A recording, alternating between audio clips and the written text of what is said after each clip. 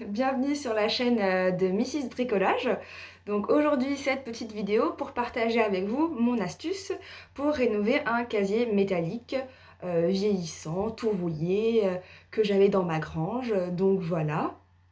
Donc l'idée de restaurer un casier métallique, c'est tout d'abord de pouvoir apporter un style vraiment industriel à son intérieur, hein, avec les casiers métalliques. Ça, on le voit maintenant, hein, c'est hyper tendance, d'où les prix exorbitants auxquels on peut les trouver dans le commerce, ou même sur le Bon Coin, hein, par des antiquaires, etc. Donc ça coûte de l'argent. Donc moi, mon astuce, c'est de récupérer un vieux casier métallique que j'ai payé une trentaine d'euros, 40 euros, comme ça, hein, et de lui donner une seconde vie. Donc tout d'abord en le nettoyant, bien sûr, en le décapant, en enlevant la vieille peinture. Et surtout, mon astuce, c'est de créer du rangement à l'intérieur en créant des étagères. Donc la vidéo sera principalement centrée sur comment rajouter ces étagères à l'intérieur du casier.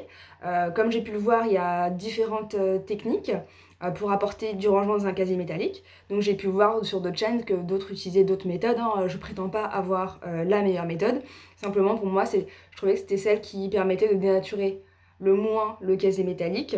Et donc vraiment de lui apporter seulement cette petite touche en plus qui fait qu'on pourra à la fois donc avoir ce meuble qui va donner un côté très design à l'intérieur, que ce soit un salon, une salle à manger, etc. Mais par contre, on aura vraiment une fonctionnalité en plus grâce à l'ajout de ces étagères. Je vais vous montrer la bête, donc je vais vous montrer comment je suis passée de ça à un casier qui est plutôt comme ça maintenant. Allez, c'est parti!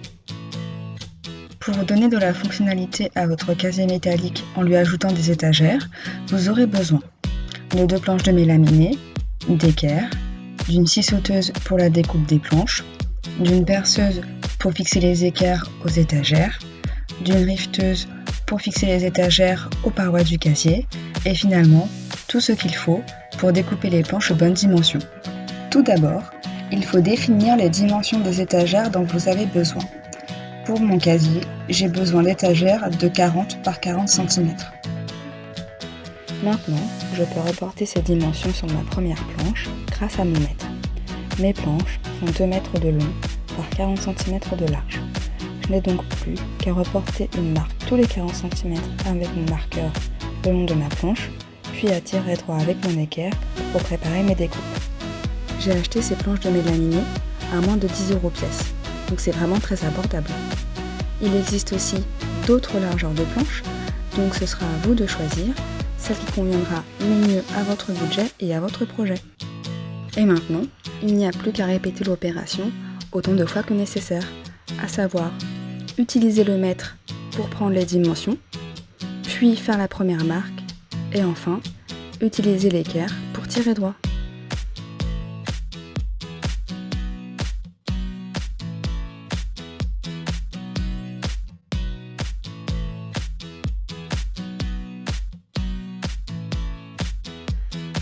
Et voilà le résultat que l'on obtient pour 3 futures étagères. Place à la découpe. Pour cela, j'utilise une scie sauteuse car c'est le moyen le plus simple d'obtenir une coupe propre. Pour ces planches de mélaminé, il faut choisir des lames spéciales bois. En général, quand on achète une scie sauteuse, il y a aussi un jeu de lames avec des lames qui peuvent couper le bois et aussi couper le métal.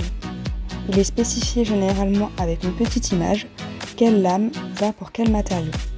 Dernière chose avant de couper, il faut s'assurer d'avoir mis sa planche sur un support stable et bien sûr s'assurer qu'il n'y ait rien en dessous de la planche à l'endroit où on découpe.